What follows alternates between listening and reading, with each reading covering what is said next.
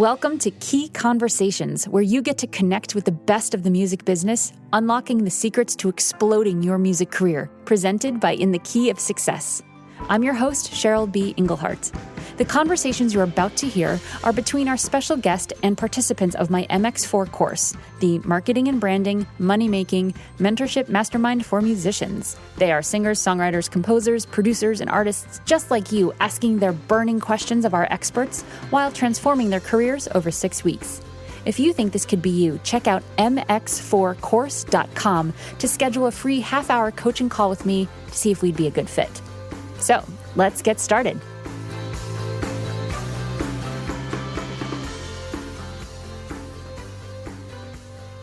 We are back. We are going to pick it up where we left off with Tracy Maddox, CEO of CD Baby. All right, I'm going to pass it along to Juliet. Do you have a question for Tracy? Yes. Hi, Tracy. I've been a CD Baby member since about 2012, 2013. And my artist name is Shirley Lorraine. And I have 4 questions. Is it okay I ask all 4? Huh? Do I ask all 4? Nope, you just pick one. Okay. Okay. It must be good questions. How about, okay. If CD Baby, okay. When you do co-writes, and say my co-writer has a publisher, and they've already, I'm talking about CD Baby Pro at this point. Okay. They have a publisher who's entered in songs into Harry Fox and BMI already, and they've only listed themselves as the publisher, and they've put my publishing with me as a songwriter instead of acknowledging my publishing company. So if I distribute through CD Baby Pro, how would they handle that? How would they handle straightening that out? That's a great question. There's a lot of complexity when it comes to co-writers on a single song or album. The program that we've built into CD Baby Pro or CD Baby Publishing is essentially meant to claim only the share that's associated with the writer or writers that we're affiliating at the time of CD Baby Pro. Long answer to a short question. Short answer to a long question. What we're essentially doing is taking the data that you input with regards to writer split, and when you enter that data, you're basically saying what percentage of the song that you wrote. We're taking that data through our partner Song Trust, which is our publishing administrator, essentially your publisher, and we're delivering that same data to Harry Fox and BMI and ASCAP and making a claim on your behalf for that portion of that song. Yeah, the publishing stuff is tricky, especially when you got co-writers coming into it. But the long of the short of it, right, is that you're putting the data in, and CD Baby is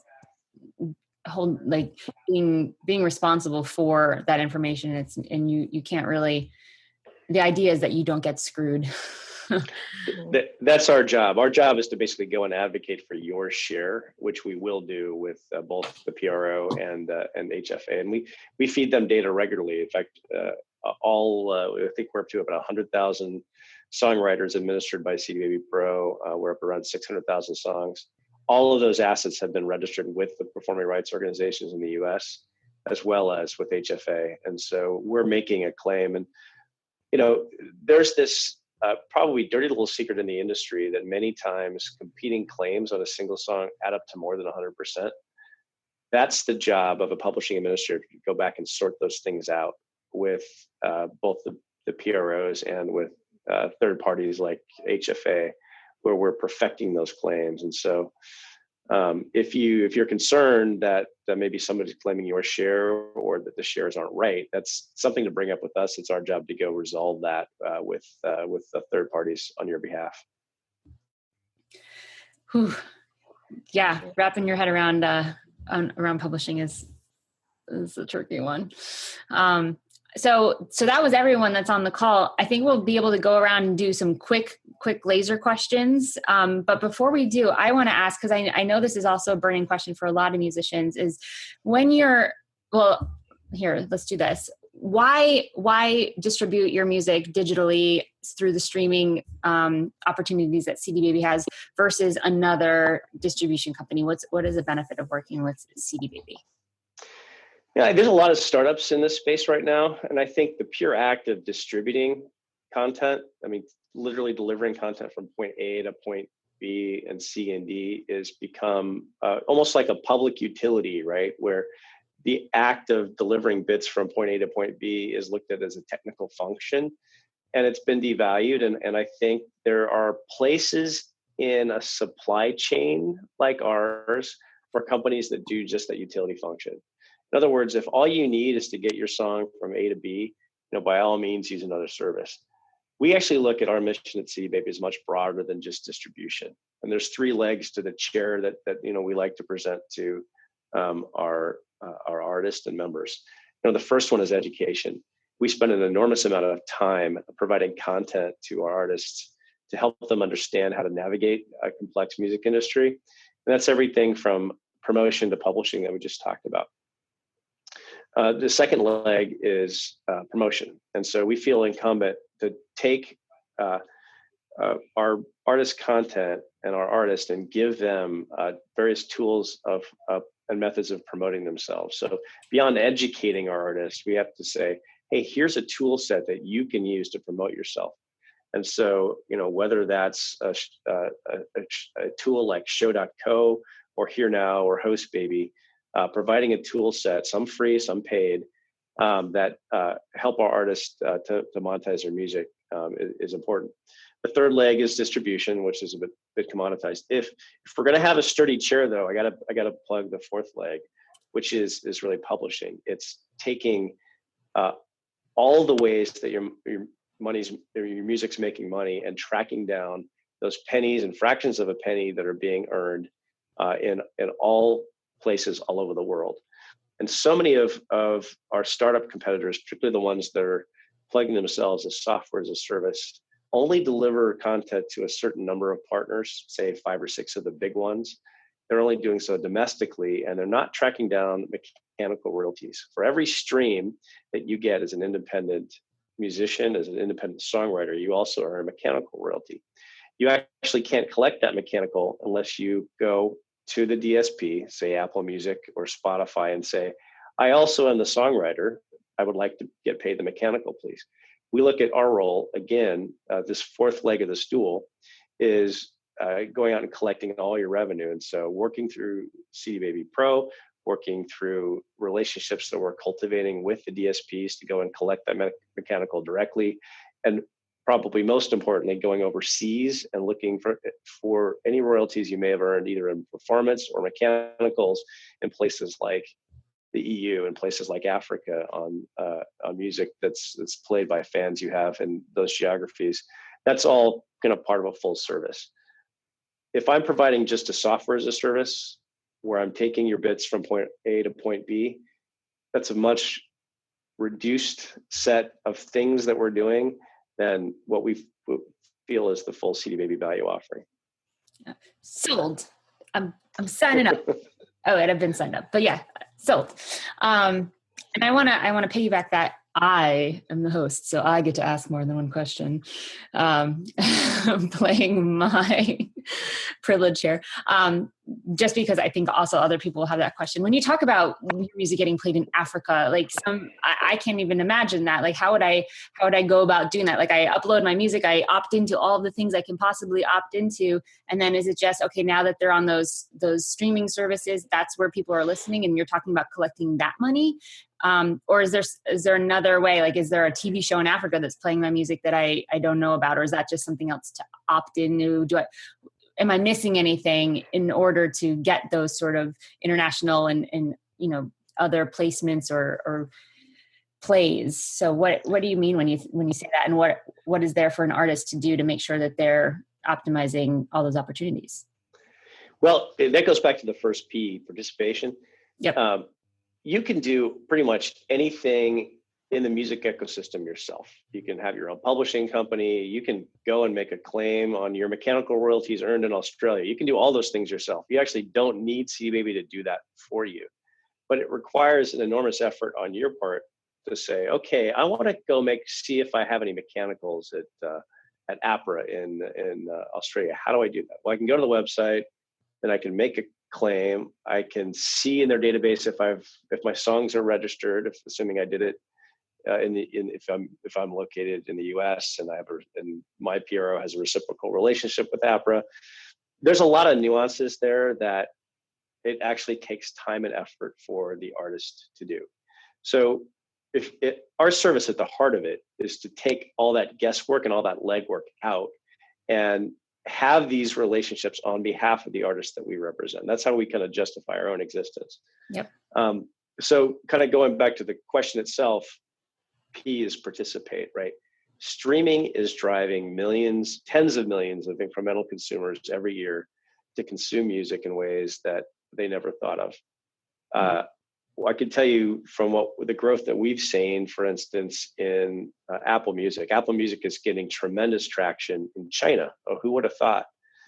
Parts of China where Apple Music's available, you've got new listeners, new markets for music that maybe sounds like Elvis Presley. A consumer in China who's discovering Elvis Presley for the first time doesn't know the difference between Elvis Presley and Elvis Peters, right? If the music is similar, they will consume it.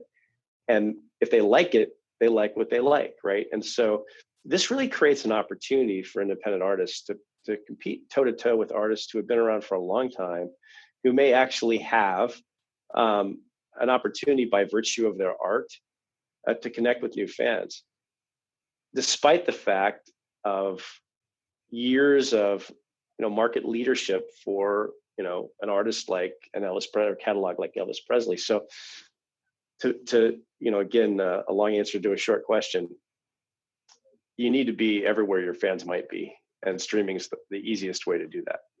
And CD Baby allows you to do that simply by when you are distributing your next project, release, single, whatever it is, you're opting into all those opportunities, and then that's handled. Is that essentially what you're saying? Then there is no follow-up need to go to the Australia PRO site to figure out, like, none of that is thing once you're registered with CD Baby or, gotten all your music.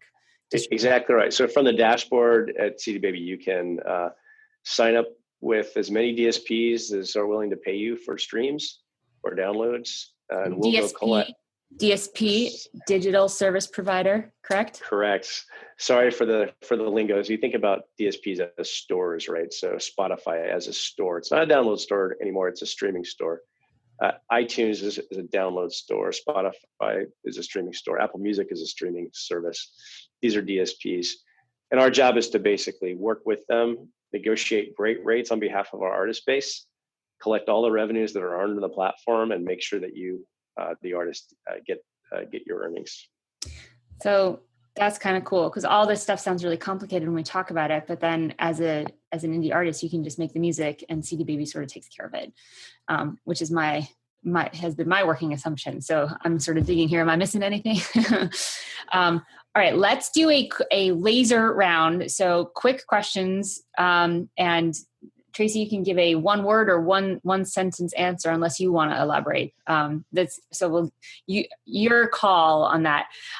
We'll change up the order. Let's go, Zach. Do you have a final question for Tracy? What's the most unused promotional tool that I should be using? Nice. YouTube. Booyah. Do you want to elaborate on that? Because it's such a good question and such a good answer. We're seeing CD Baby artists collectively earned about $5 million on YouTube last year. That was 55% year-over-year growth from the previous year. It's a great platform. There's a huge, as the music industry press reports, value gap. I mean, the per stream rate is very low. But if your objective is to reach new markets and new fans, particularly outside the US, there is no better tool right now than YouTube, because the rest of the world uses it. It's the largest streaming service on the planet. We've got what's called a multi-channel network called Illustrated Sound Network for folks that have their own videos, their own channel content. more than 80% of the views of ISN videos, illustrated sound network videos, are from outside the US. If you want to build a fan base, if you want to reach the world, YouTube is the best way to do it. Awesome. Very cool. Carolyn. I know that your company works with so many artists, and I was wondering, is there some quality that you see that really stands out that is helpful for indie artists to have? Adaptability. I'd say artists that are willing to adapt to new tools and methods of distribution are the ones that in the long run will succeed. The anecdotal example I'll give you is CD Baby's top grossing artist in 2016 is a band you may never have heard of if you don't have 13 to 16-year-old kids, called Ninja Sex Party. This is a band that built its fan base primarily on YouTube. We discussed with them the idea of releasing their album on physical formats. I won't bore you with the details of the whole story, but we thought we'd sell 5,000 copies. They actually pre-sold almost 40,000 copies and ended up charting number 6 on Billboard, because what they found was for their fan base, there was significant demand in another format that they were unfamiliar with, which was physical. And so for those of you that have success in physical or download formats, consider other formats, whether that's YouTube, whether it's streaming. There is no one right answer, but those artists that tend to adapt to whatever the new thing is to reach that fan base that has not yet been reached are the ones that tend to succeed in the long term. Awesome. So our short answers so far have been YouTube and adaptability. Awesome. Ken, laser question. Tracy, when I have a question about my CD Baby account, what's the quickest and or the best way to talk to get a response from a human being? Call us. The last couple of weeks have been crazy between snowstorms in Portland and outages on the site. The average hold time the last 30 days is about 4.5 minutes, but you can always call us, 1-800-BUY-MY-CD. And so buy my CD. Yep. Feel free to call us anytime. Most of our call center agents, and we can talk to you in 3 languages, English, Spanish, and Portuguese so far. We've got about 40 call center agents, 25 to 30 of which are working anytime. Are on the phone typically 8:00 a.m. Pacific time to 5:00 p.m. Pacific time, depending on where you all are at. That's 11 in the morning on the East Coast to 8:00 on the East Coast. You can also chat us or email us. Email response times vary between 4 and 24 hours, depending on volume. Awesome. Good question. All right, Juliet.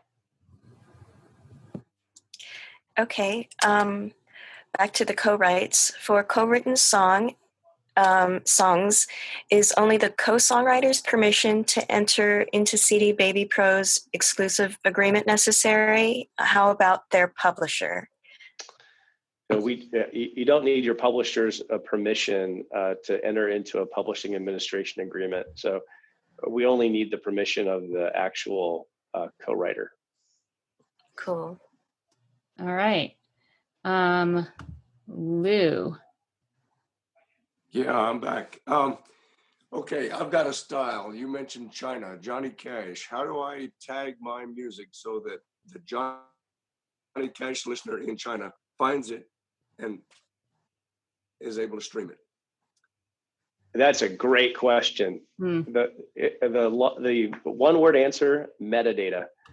When you set up your CD Baby submission, when you set up your CD Baby profile, anytime you are setting up your music, make sure to be as descriptive as possible. Metadata is a fancy word for data that describes data. And so when you're entering, setting up, promoting, communicating about it, you need to say, this sounds like Johnny Cash, or Johnny Cash, this is the music Johnny Cash wished he could have heard when he was still with us. Describe it over and over and over again, as clear as possible. What is it? What does it sound like? What's the mood? Get that metadata right. Use it everywhere. Use it in playlists. Use it in, when you're talking in public about your music. Use it when you're performing. you cannot say it often enough. One of my favorite business mentors uses this saying: the point at which you feel you're over communicating is the point at which you're only starting to communicate.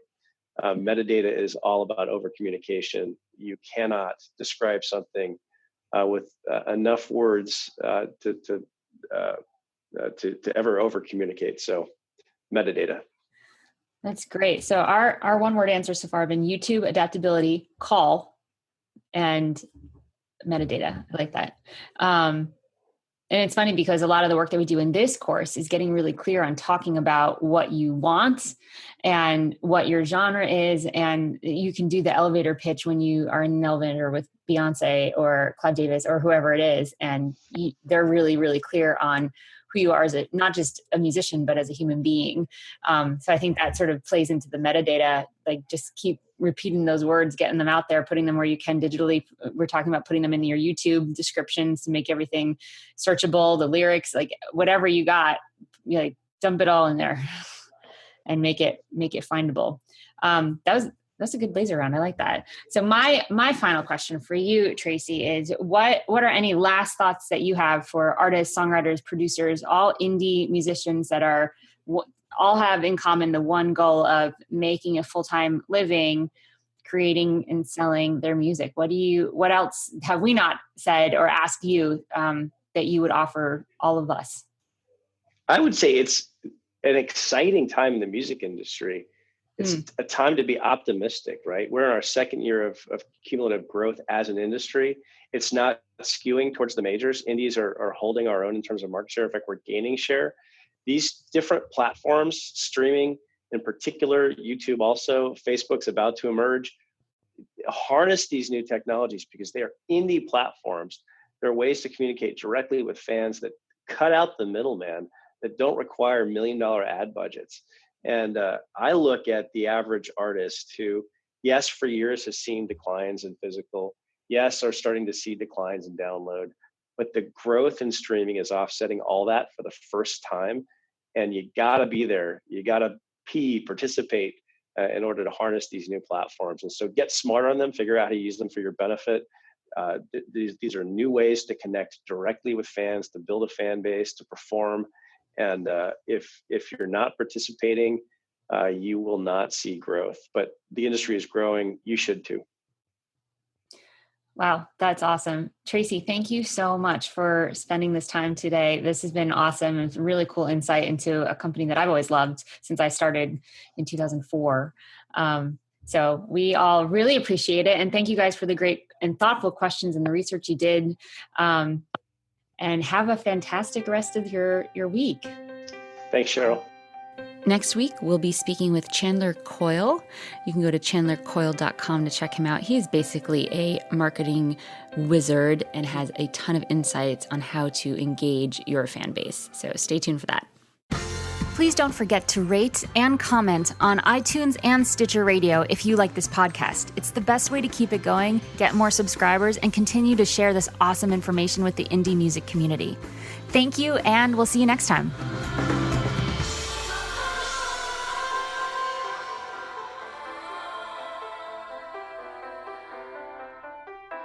All of the music on this podcast was provided by yours truly. The theme song is called Inevitably, and it was written with Cameron Ernst and produced by Joey Auck. If you're interested to find out more about my own composing and songwriting projects, go to cbemusic.com.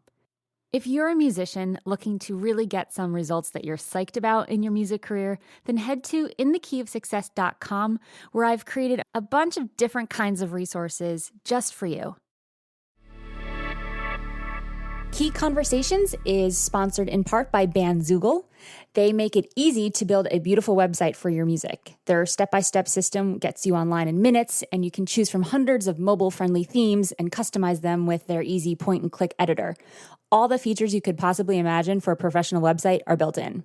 So, because you are a Key Conversations podcast listener, you get a special 3-month free trial just for you. Go to www.inthekeyofsuccess.com/resources and click on the Bandzoogle logo to access your free extended trial.